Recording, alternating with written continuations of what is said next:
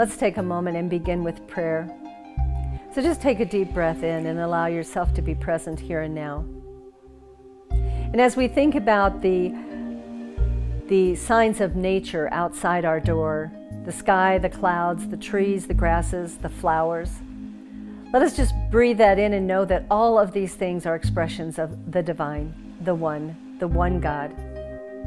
And knowing this and recognizing this, we know that Spirit is in all things, the creator back of all life, and that this very nature of this being, of this energy, lives within each and every one of us. And how perfect that is, how reassuring that is to know that we are not alone and that we can tap into this source at any time. We are supported anytime we choose. And so I know this is good and perfect and blessed, and I know that this time and this message is unfolding in absolute perfection. And I call it blessed, and I let it go, and I let it be. And so it is.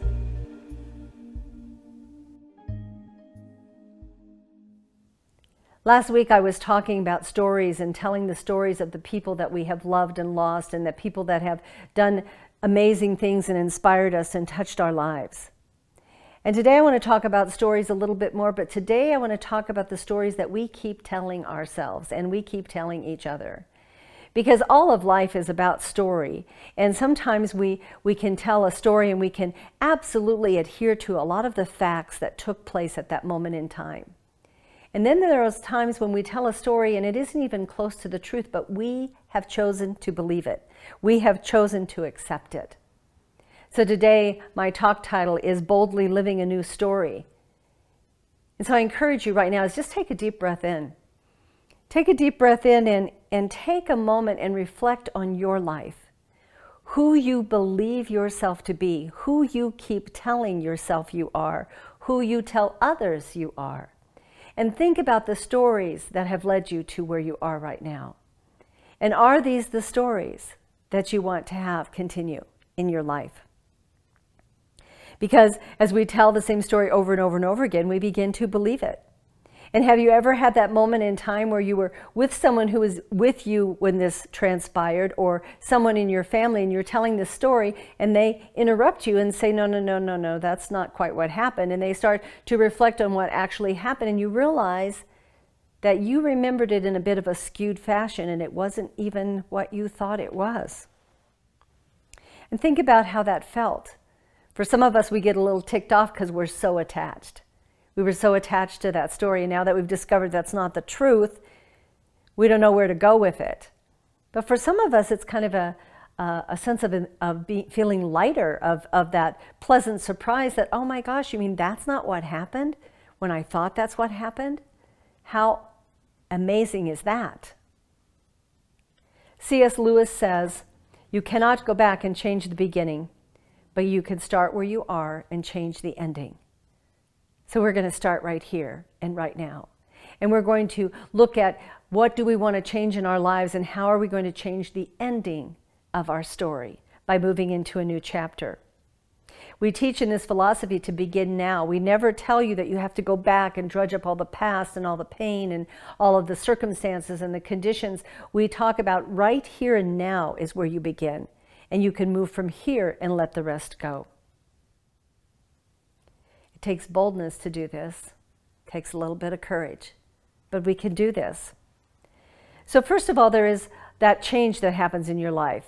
Maybe you get a new job or you move to a new location. I know a lot of people are moving and relocating right now, so perhaps there's something along those lines happening. And that's a new beginning. And you bring with you a lot of the mindsets and the stories of where you came from, and you start to meet people and you start to interact with people you didn't know before, and you bring about the same stuff. What if you didn't do that? What if you just started with something brand new? When we want to boldly live a new story, we have to go about it by letting go of what was and embracing the person that we know ourselves to be, and quit the chatter that tries to tell us that we are less than in some cases. Are you prepared to choose something new? Are you ready to move into that new arena? Ernest Holmes says, "This is the story of your life. Just keep right on knocking at the doorway of your consciousness until every no becomes a yes, every negation an affirmation, every fear a faith." Just keep right on knocking. This quote prompts us to be relentless, to persevere, to continue on, to keep trying, keep knocking at that door, keep making the effort. In order to do this, we have to have a deep-seated faith. We have to have that faith, that belief system that says, I know something better is coming. And as long as I continue, as long as I persevere, that's exactly what will happen. That's what will transpire. And that way we can move from that idea of just giving up into continuing on. So this week, I encourage you to sit down and write your story. Yes, that means you get to pick up a pen and some paper and you write down the story of who you are. And as you do this, look at the story and see if there's any negative connotations, any criticisms about the person that you are in the story. And remind yourself that you have the power to change that. So you literally could write out your story and you could take a red ink pen and you could cross out all of the pieces in the story that you no longer want to carry with you. And then you can create something new to fit into those spaces. And that's where you're going to take yourself from this place forward. And that's where you're going to go to change the story that will end your life as opposed to the story that's brought you just to this point. Do you need participants in your story? Are there co-stars? Are there kinds of people that need to show up? Is there a location that you need to be in? All of these things you get to play with this and really look at writing your story. We have the ability to create change. In order to do that, we have to be mindful of what's happening in the moment. We have to pay attention to what's happening right now. I had a conversation with someone just recently about mindfulness. And I speak about this and I teach about this so much that I thought I kind of had a handle on it. But as I'm listening to this individual talk to me, I heard this voice in my head that I have said over and over again in my life. And that voice says, I am my mother's daughter. You see, my mother was very scatterbrained, I guess you could call her that. She was always distracted. She didn't live in the present moment. She wasn't a person of mindfulness. When we would go shopping when I was a young girl, I would have to pay attention to where we left the car. Otherwise, we would come out of one of the stores and we'd be walking around forever trying to remember where my mother left the car because she didn't pay attention.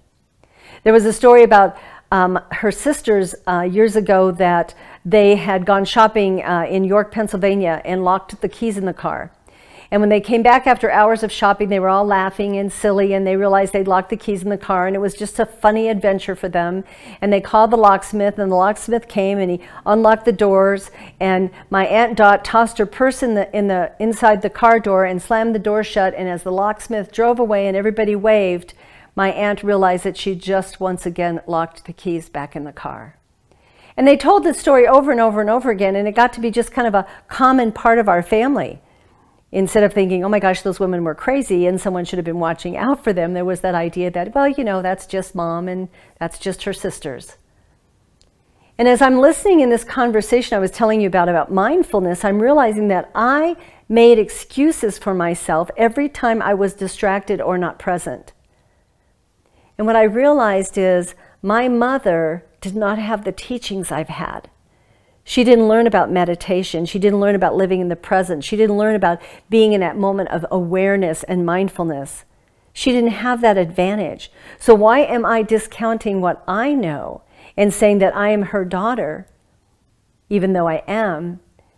I don't need to give myself excuses for being a little scatterbrained or not fully present. I can choose to stand in the strength and the power of who I am and be mindful.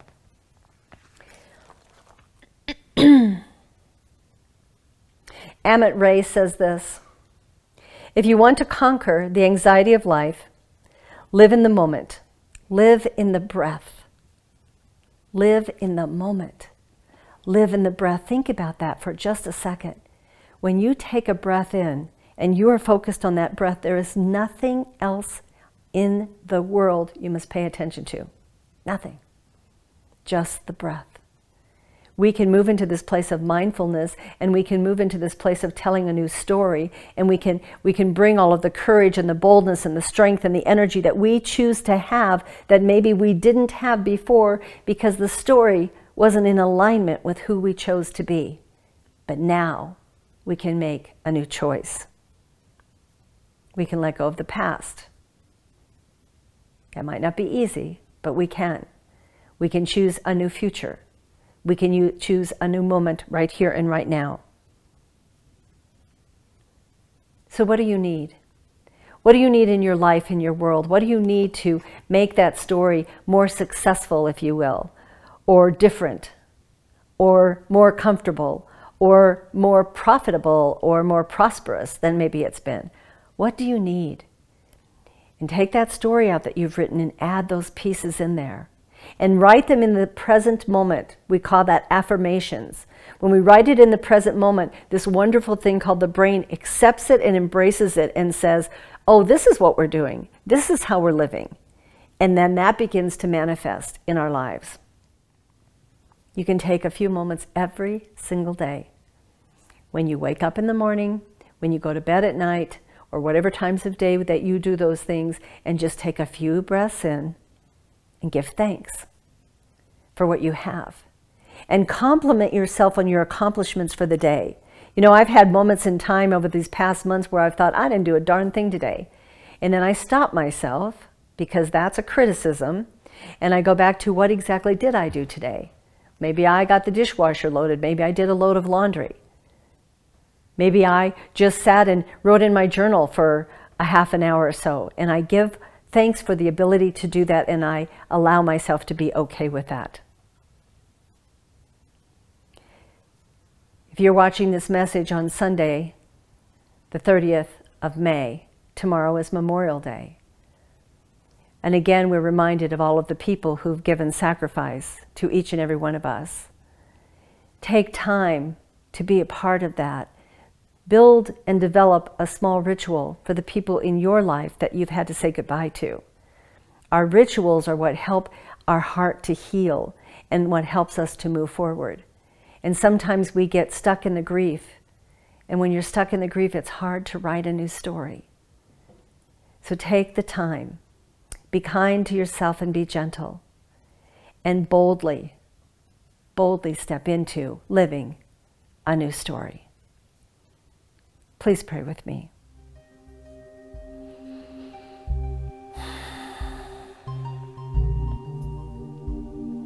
So right here and right now, I know that all people everywhere are blessed by God, in God, and as God. I know that there is a source, an energy that permeates all life, everywhere present, in, of, and through all things. It is with me now. It is with each and every one of us right now, in this now moment. We just breathe that in, feeling confident and comfortable that God's got us, that we are supported in all things. And what I know right now is that we are also connected one to another. We are united. We are community. And as we move through the remainder of this month and we start moving into the next month, we know that community is an opportunity for us to connect, to come together, and to write a new story, not only for each of us individually, but for all of us collectively. And we do that. We get to do that. We get to turn our focus and attention to that very thing. And so what I know right here and right now is that all people, all faiths, regardless of backgrounds, regardless of beliefs, are blessed. Blessed by that amazing spirit I call God. Because all are perfect demonstrations of the divine. And so sending blessings out to all people everywhere, I know that in these blessings there is a healing for those who seek to be healed. And may that be embraced, and may that manifest in health and well-being as people who need it are choosing it and seeking it. I know life is good and blessed. I know it's perfect, and by God, I know that this prayer is already done in the mind of God. So I simply let it go and let it be. And so it is.